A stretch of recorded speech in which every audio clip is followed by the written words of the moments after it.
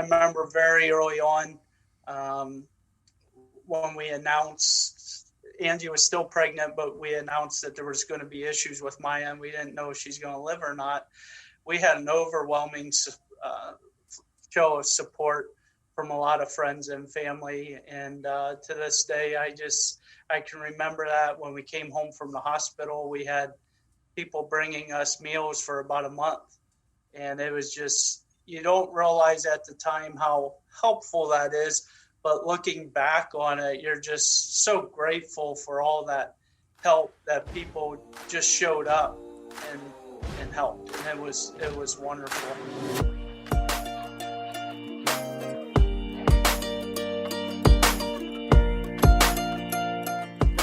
One of the reminders we get as we talk to families like Mayah's is how important a, quote, family is. So when we say you are a part of the Go Shout Love family, we take that to heart. My name is Seth Carnell, and this is the Go Shout Love podcast.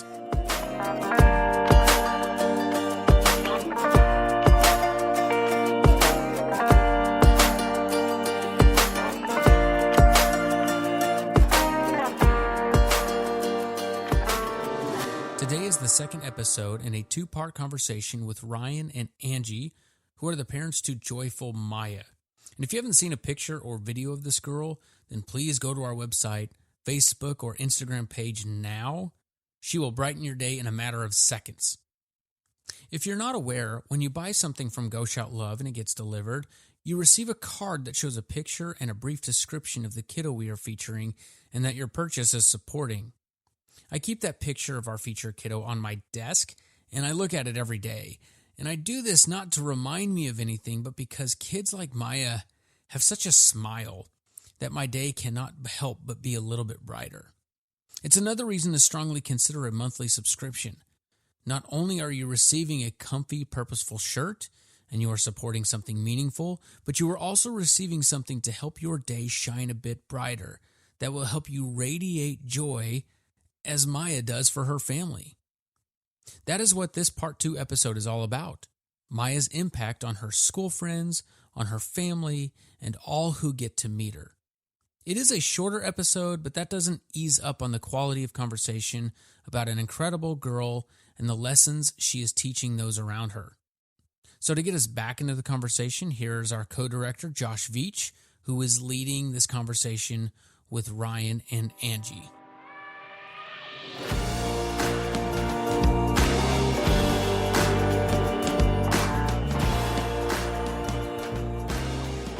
Angie, you've referenced Mayah as the epitome of happiness and joy, and that she captivates and inspires others, and she actually brings out goodness in people. How have you seen that through Mayah's life? You can't say that about very many 5.5-year-olds, but for Mayah, how has that played out? Well, first of all, just my own heart, I can attest what she's done to my heart, or what the Lord has done through her to my heart, has been amazing. And then just our family too, just to see the closeness that has come about from Mayah. And Mayah has a social media page. It's on Facebook, Close to God, Miracle Mayah's Journey. Story. That's terrible. I don't know. I'm there too much, but yeah, I don't pay attention to that. We'll link to it. But just reading through the comments, people just constantly, she has fans. What can I say? She just, all these people following her story, loving her, people that have never met her. And there are people that private message me just to tell me what she's done for their life and the way that they've made her, that she has made them appreciate life. I recently had someone, when she was recovering from her spine surgery, that just reading through comments, that she's the reason I got out of bed today. Knowing that she's going through this and has a smile on her face, just, I have no excuse. She's the reason that I am out of bed and going about life today. So just, I think it's not that she does these things, is that she does these things with a big old smile on her face. There is nothing but joy that comes from her. It just radiates from her, and it's contagious. You can't be around her and not smile. when she was little and people were first meeting her, they're like, how do you get anything done? I think all I would do is stare at her all day long. So there's just something about her that just draws you in, and you can't get enough, and she can't get enough of you paying attention to her. So it's a cycle. She brings it out in strangers a lot, people you've never met. She had her spine surgery. We're walking down the hallway. She's walking, doing her little strut. And this nurse just walks by and just comes back and says, hi, where are you going? And just started asking questions. And we had never met this nurse, and kind of went on our way. And then we're out in the waiting room during Mayah's surgery, 3-4 hours after we met the nurse. And here she comes out to give us an update and bring some gifts for Mayah. And it's just little things like that you just don't expect, and you don't ask for anything, and people would do that out of their own goodness of the heart. But that's all because she got to meet Mayah that day. It was just, you see things like that, it makes you smile and it makes you feel good. Ryan, you mentioned the support and getting things and people connecting with Mayah, and that translating into support for the family. How we touched on the early the being a support system to Angie, especially during the pregnancy, but during the time with Mayah's, the whole journey that she's been on and the different challenges that she's had to face along the way, in addition to the Facebook group, and what are some other places where you guys as a family have felt the love and support of other people? I feel it in the community in general. It's a small community here. Angie mentioned the team at school. There's a handful of those people I grew up with, went all 12, 13 years of school with. And it's growing up with them and knowing they're there to help with Mayah's schooling is great.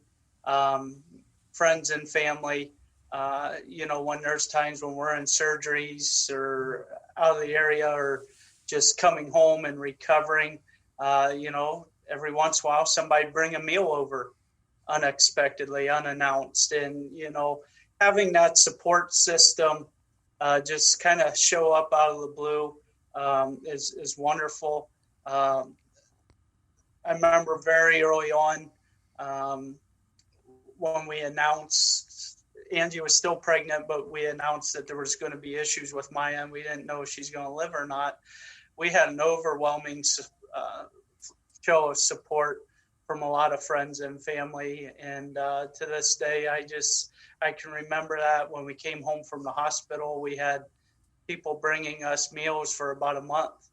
And it was just, you don't realize at the time how helpful that is.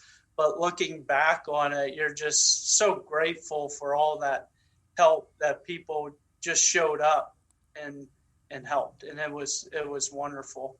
And that's been a big part of the support, which helps us in getting through a lot of things. Outside of just the tangible needs being met, there's a certain element of sensing that you're not alone in this journey, even though there isn't anything that anyone else can do to make it go away or to change the difficult pieces of the journey. There's something to be said about knowing you're not journeying alone, and to have people in your corner, and to have the support of a spouse and kind of going through that together. There's something to be said about doing life together in that way. What you guys have shared about an experience that Mayah got to have, I think, in meeting some college students that had a similar journeys similar to Mayah's. Tell us a little bit about that and how that came about. Yeah, just a small world is what that is. We found the social media page once we did have the diagnosis, and I saw there was a young lady on there that lived 2 counties north of us, and she was attending college at Bowling Green, which is my husband's alumni. Shout out to the Falcons. So I contacted her. I had just a couple of questions, and honestly, I was excited to find a young adult, because we had prognosis. Basically, we didn't know how long they expected Mayah to live. So first of all, just overwhelmed with excitement to meet somebody that was, I think she was 19 or 20, and that she was in college and living life, and just that was just amazing for us. And we kind of live day to day and don't think about the future that much. So that was just an unexpected treat. And then when I contacted her, she let me know that one of her friends with the same diagnosis, who lived out in Nebraska, was going to come visit her for spring break, and that they were going to make a stop at our house to meet Mayah while they were both out together. And it was just, I couldn't have scripted a better time. I mean, we learned so much, and just kind of sat back in amazement and watched Mayah interacting. She was just a baby yet at that point, but just seeing maybe a fast forward to what future might look like for Mayah. One of them had a tracheostomy and had it until she was, I think she said 11. So just had so many questions for her. And the other one had gone through a lot of leg surgeries, which it seems like is going to be the future for Mayah. So just great to get a glimpse of what Mayah's future might be, going to college, and both of them are going on to further education in the medical field, of course, because that just, having this life, I'm sure, inspires you to help others.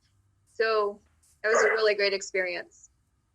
A small world to be able to connect with in such a rare community, as rare situation community, to be able to find and connect with two people that are 20 years ahead, and what a sense of hope and encouragement that had to be, not only for you, but I'm sure even for Mayah, being as young as she is, it may not have resonated quite as much, but to this day, probably being able to point to people like those two college students and others to say, you're not alone. There are other people that have equipment like you have, and what isn't as common to see among other kids, it doesn't mean it's not that there aren't other kids walking through it as well. And that has to be encouraging to her, I'm sure. What would you guys say if you could go back to if you met somebody that was on a similar, maybe they were a month into their child's life, and the diagnosis was unknown and the complexities were all there, what would you say to a younger Ryan and Angie about what you've learned over the last 5.5 years? What would you say to them to encourage them, or advice you would have for them? I actually have had the opportunity to do such things. So there have been some moms that have joined the group where they've been told that is the suspected diagnosis, and they're searching for hope. And I have reached out to them privately. I've given out my phone number and called, I've talked to them on the phone too, to try to give them hope, and to, unfortunately they're faced with some of the similar things that we were, where the doctors are telling you should have an abortion because they're not going to live anyway. So, there are moms out there that are facing that decision too. And just never give up on your child. There is always hope. So that has been the biggest thing that I have tried to do. I actually kept a journal during the NICU stay and the pregnancy. It was kind of my sanity. So I turned that into a book and self-published it. So I've actually sent that book to other parents that are on similar journeys. And it was my intention when I decided to publish it, that this is my hope, that it will save another baby, where the mom is facing this uncertainty and, should we go through with this pregnancy or should we just listen to the doctors? So it was my hope that I could save just one baby. I would tell a young couple to hang in there. It's going to be a bumpy ride.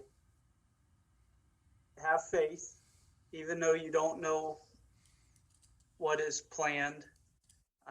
You may not know the path, There is a reason, even though you may not understand the reason for what will happen. And lean on your partner, your spouse. Don't push each other away. And, fight it one day at a time. And just hang in there, and you'll get through it, and keep the faith. Just lots of little words of wisdom like that, even though they may be cliche, they will help you get through. And just, if day by day is too much, break it down hour by hour, minute by minute, into little chunks that you can handle. Because yes, there were times it was very stressful, and you don't even know how you're going to get through that day. So just hang in there and keep the faith.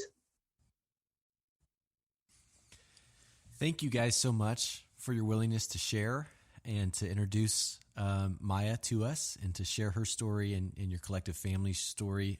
We are so excited to shout love for you all and with you all month long in April, and we're grateful.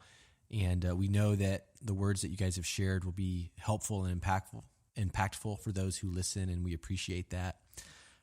Is there anything else you guys would like to say as we wrap up the podcast? Just thank you for this opportunity to share Mayah. It was way out of my comfort zone when we first went on this journey to share her and to share the rawness of my feelings and everything we were going through. But now it's just, I love it. I love sharing Mayah. I could talk about her for days and days. So we are just really excited for this platform to be able to spread her joy, because it just shines from her face. All you need to do is show her videos. They'll see it. So we're just really excited for the world to get to meet Miss Mayah June. Each month, we shout love for families through the sale of creative apparel inspired by the kiddos. This month's Radiate Joy design is inspired by Mayah, a happy and captivating, inspiring 5-year-old from Maria Stein, Ohio. Her beautiful smile and positive attitude bring joy to everyone she meets, and every purchase in April will help cover travel expenses for specialized medical care for Mayah. Visit our website, goshout.love, to support Mayah through the purchase of a t-shirt, tank top, sweater, hoodie, tumbler, or other items. Thanks for listening. Stay tuned as we have another great family lined up for you to meet and learn from. If you think this gets old for us, or that we hear the same thing over and over again, that couldn't be further from the truth. Each conversation has something new. Each kid is unique in their own fantastic way, and there is always something to take away. So please keep listening, and please share with a friend so that more and more of us can go show love.